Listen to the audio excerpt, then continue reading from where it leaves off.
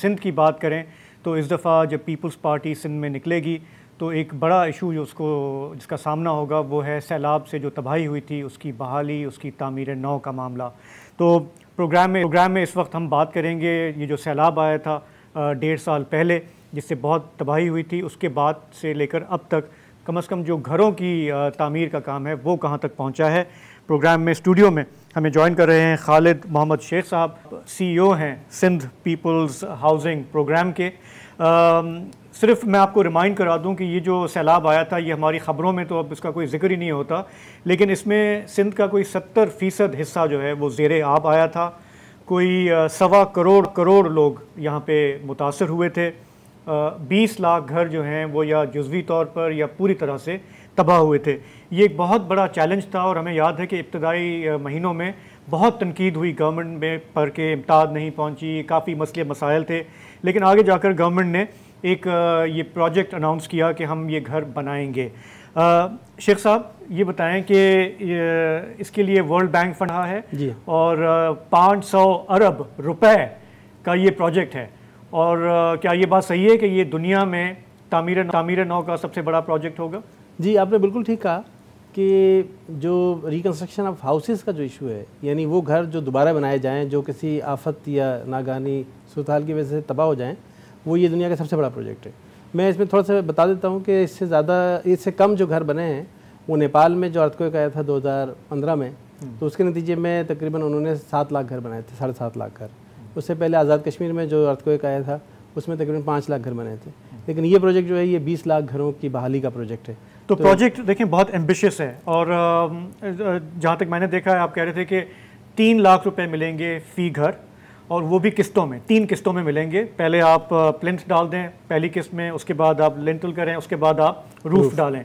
तो जैसे, और वो काम जो है वो उन्हें खुद करना है, वो उन्हें खुद करना है, पैसे आप देंगे, मॉनिटरिंग आपकी है, लेकिन बना वो खुद रहे हैं। बिल्कुल ठीक है। अच्छा, अब इसमें यह है कि ये काफ़ी सारी शिकायतें भी हैं ज़ाहिर है, और वो हम आपके सामने रखेंगे, that's why you are here. एक शिकायत जो मुझे फील्ड से मिली है वो ये कि लोगों को पैसे नहीं मिल रहे, बैंक में अकाउंट्स उनके नहीं खुल रहे।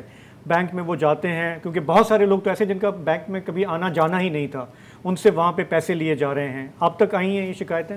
हाँ, मैं आपसे अर्ज़ करूँ कि पहले तो हमें थोड़ा सा समझना पड़ेगा कि ये इसका तरीक़ाकार क्या है, इस प्रोसेस का या इस प्रोग्राम का तरीक़ाकार क्या है।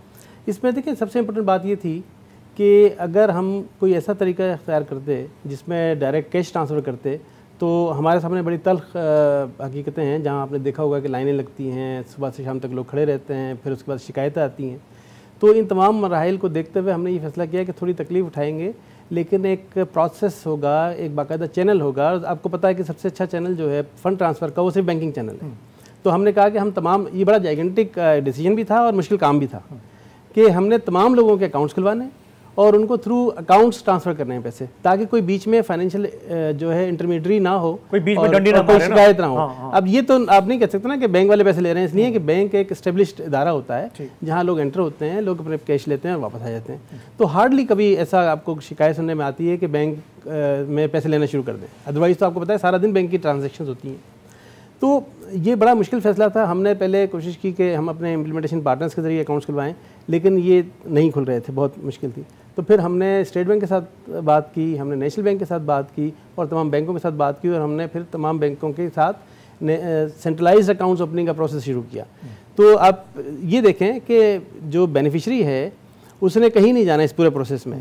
बेनिफिशरी के पास हमारी इम्प्लीमेंटेशन टीम जाती है, एनजीओ जाते हैं जिनको हमने हायर किया है, वो उन्हें जाके उनका सारा डेटा वैलिडेट करते हैं, उसके बाद उसकी इन्फॉर्मेशन हमें देते हैं। हमारा पूरा एक MIS का सिस्टम है जो उसको प्रोसेस में डालता है, और सारा प्रोसेस निकालने के बाद फिर हम उसका सेंट्रलाइज अकाउंट हम खोलते हैं। और उसके बाद हम उसे बैंक को फंड ट्रांसफ़र कर देते हैं। अच्छा, उसके बाद बैंक, क्या सबके अकाउंट खुल गए? सबके अकाउंट खुल गए? वैसे साहब 20 लाख लोगों की हम बात कर रहे हैं और हम तकरीबन 5 लाख अकाउंट्स खोल चुके हैं।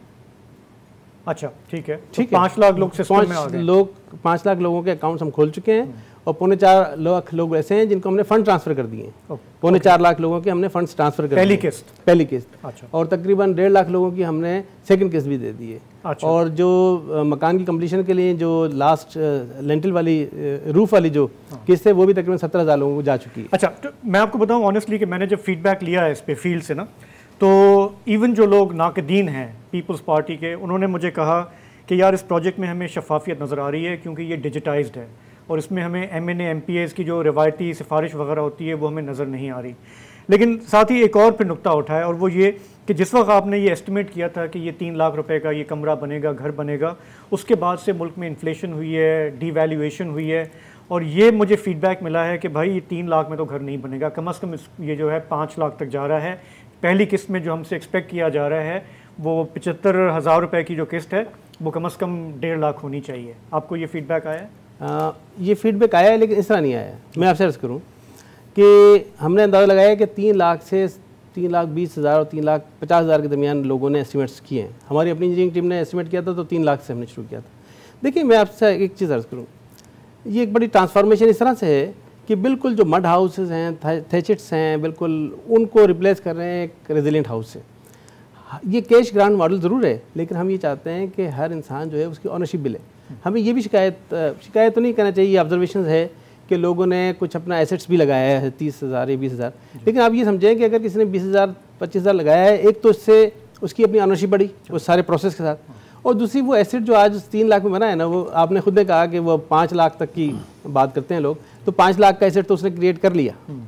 देखिए इस प्रोजेक्ट की सबसे बड़ी खूबसूरती ये है कि इसमें कोई कॉन्ट्रैक्टर इन्वॉल्व नहीं है, ये पैसे डायरेक्ट बेनिफिशियरी के पास जा रहे हैं। He is master of his own destiny, वो जाता है बाजार से सारा सामान खरीदता है और उसको बनाता है। तो ना सिर्फ ये कि उसने एक पूरा प्रोसेस किया, मैं ये समझता हूँ कि इसमें एम्पावरमेंट का बहुत बड़ा एलिमेंट है। पहली एम्पावरमेंट तो ये है कि जो 20 लाख हैं वो 20 लाख के 20 लाख फैमिलीज वसा साहब उनके पास कोई अकाउंट्स नहीं थे। पहली दफ़ा उनमें 8 लाख खवातीन हैं, वो बैंक जा रही हैं अकाउंट। अच्छा ये मुझे बताइए 3 लाख में कितने हजार घर बना लिए हैं आपने? मैंने अभी कंप्लीशन 70,000 की हम आखिरी किस्त दे चुके हैं, जिसका मतलब ये है कि 70,000 घर जो है वो बन चुके हैं। और मैं आपसे अर्ज करूं, हमारी रिपोर्ट हमेशा अंडररेटेड इसलिए होगी कि रिपोर्ट हमारे पास प्रोसेस के तहत आती है। तो आज अभी हम बात कर रहे हैं तो हो सकता है 5,000 घर इस दौरान में और मजीद आ चुके हों। हमारा एस्टिमेट है कि 2,000 70,000 जो है वो टोटल कंप्लीशन हो गई है। जी जी। अच्छा ठीक है।